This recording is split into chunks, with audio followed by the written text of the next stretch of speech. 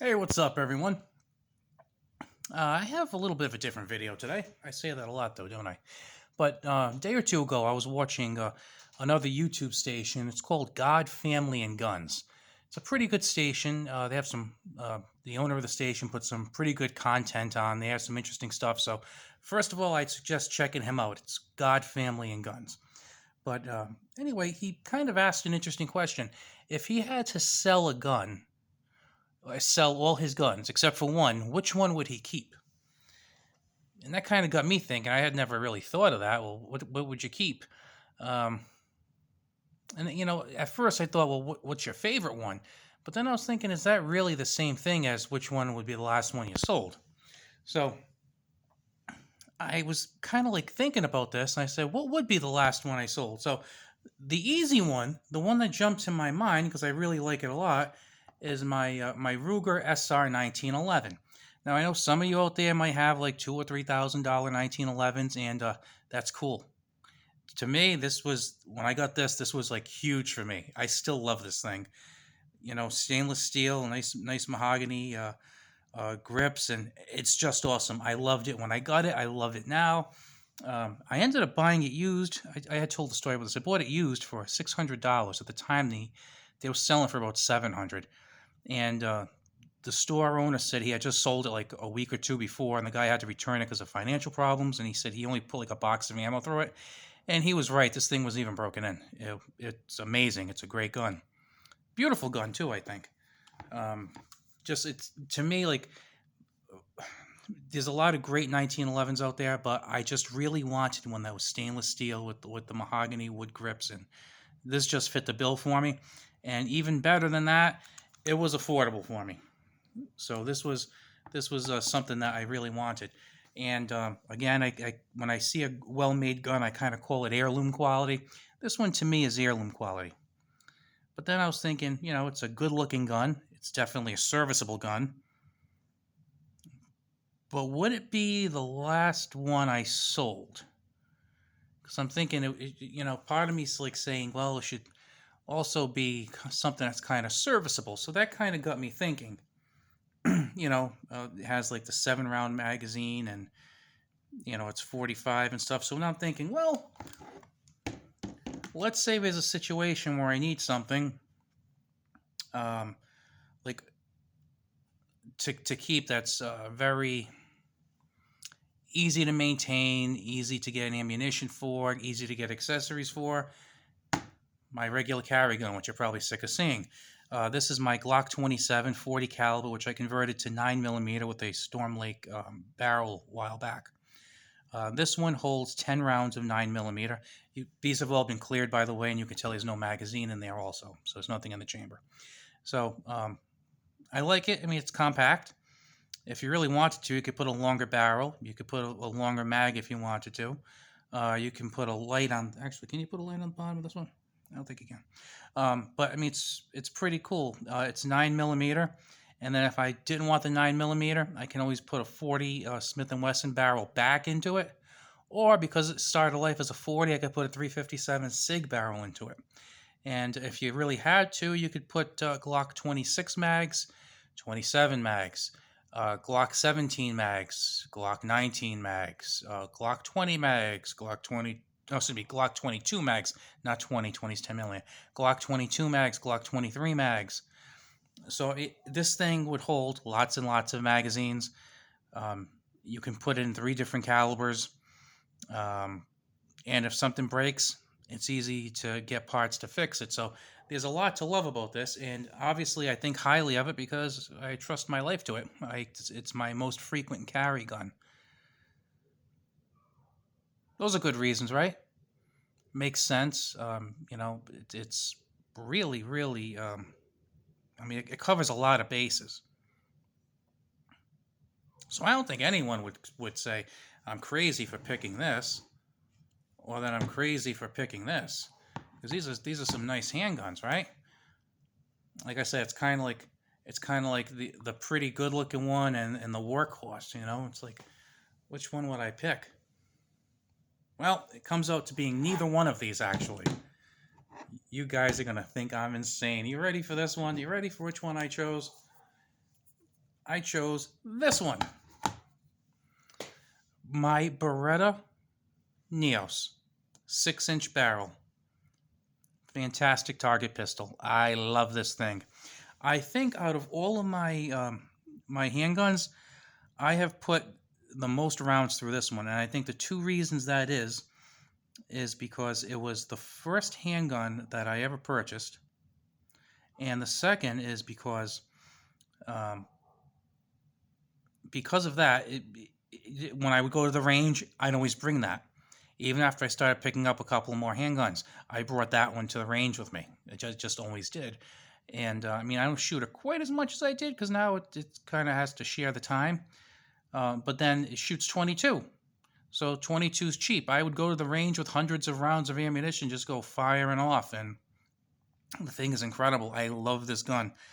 I mean, I know I must have fired at least 6,000 or 7,000 rounds to this easily, at least. I actually wouldn't be surprised if there was a way to count the rounds. I actually wouldn't be surprised if I was over 10,000 rounds on this very easily. Like I said, the 6-inch barrel fits my hand well. It shoots a cheap, plentiful round. And the other thing is, it has a lot of sentimental value to me because, I've always been a pro gun person and I was interested in firearms for a long time. But when I really started getting into them, and then I decided, well, I have like rifles and shotguns. I'm gonna buy a handgun. This was the first one I bought. I did some research on them, and I wanted a 22. And this one just popped out for me. It's not the most popular one, I know Ruger makes some popular 22s and other companies, but I just wanted this one. I don't know what it is. I just liked it. And even now, I got a thing for Berettas. I love Berettas. And then to make it a little more sentimental, my wife actually got this for Christmas. So it's kind of like doubly, or maybe actually it was my birthday. I forget that part of the story. Don't tell her, though. Shh. But, between the fact that she got it for me, and it was, my first Beretta, and I have a bunch of those because I love Berettas, and it's just so reliable. I mean, the 3 guns I put out here on the table are all reliable. And I know some people might say, well, the 1911s can be finicky. I've heard that. I'm lucky. Mine is pretty good. I haven't really had any issues out of the ordinary with any. Basically, it's as reliable as any good handgun would be, I believe. The Glock has been rock solid, as they usually are. And you know what? This one I would put with those two. Because usually when I shoot it, I'm shooting CCI ammunition. And this is a high-quality 22 pistol. Some people say, well, 22s aren't reliable. Well, if you're shooting a piece of crap 22 and you're using really garbage bulk ammo, I could see how you'd have problems. Now, this one also shoots bulk ammo pretty well, too. I don't have any complaints. But then when you're mixing, good quality CCI ammo with a good quality 22, it really makes up for a lot of shortcomings of rimfire ammunition. So this one is definitely my choice. I like this quite a bit. And this would be the one. This would be the last one I would sell. My wife might be upset because she likes my Beretta PX4 Storm a lot, so she would probably tell me to see the sight picture there. She'd probably tell me to get rid of this because it's funny, she bought this gun for me, and I like it so much, but she hates this gun. She says she can't stand the sights on it. She likes the PX4 Storm. As I've said before, that is her gun, as she calls it. And one other funny story, you're going to get a kick out of this. I went to the range last time, and I brought my Kel-Tec P17, and the store owner asked me how it was, if I liked it, and I said, well, this is the first time out, and I told him I shot about maybe 120, 150 rounds, something in that vicinity. And I said, out of the 100 and something rounds I fired, I had no failures to feed, failures to eject. Everything was totally fine. The sights were good. It was comfortable to shoot. I was very happy with it. It was, I think I paid like $2.25 for it, and I got my money's worth out of it. So far, so good with it. And I was telling him my favorite 22, because we've talked about pistols. I said my favorite 22 pistol is the Beretta. And then he goes, oh, like that one right there? And I looked up the wall, and he had this exact Beretta, except he also had He also had the rifle barrel that goes with it and the stock. I'm not sure if you guys know this or not, but and I don't want to take it apart now because of the whole YouTube thing, but this is a pretty interesting gun to take apart because this is basically the bolt. This comes out, and there's actually a dial here. When you loosen this dial, this whole part pops right off, and then you have the bolt. And this is basically the serial numbered portion of the gun, just this grip. And for the first year or two that Beretta was making these, they actually made this pretty awesome kit where it had a 16-inch barrel with fiber optic sights that you could slap right on the top of this, and then a pretty nice stock, polymer stock on the back that kind of reminded me of the CX4 Storm carbine.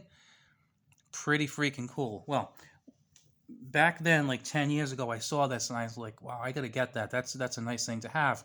And I think it was like $300 or $400, and it was on my to buy list. Well, all of a sudden, Beretta stopped making it. Then I didn't see it around very much. Then I never saw it around. Found out it was discontinued. I couldn't find it. This guy actually had it up on the wall. He had the Beretta like mine, and he had the barrel, and he had the stock. And I think he wanted like $1,200 for it, which I thought was way too much money. Although I thought like paying $500 for it was way too much money, like, a few years back, and look what's happened to the price of it. But I just regret not buying that because that would have been so cool to turn this into like a little 22 rifle. I would have liked that a lot. But what are you gonna do? You win some, you lose some. So just a little food for thought of what would be the last handgun you'd keep.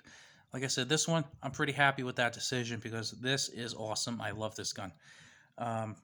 If you like this video, please consider subscribing and liking the video if you like the video. I'd appreciate that a lot. Have a good one. I will talk to you later.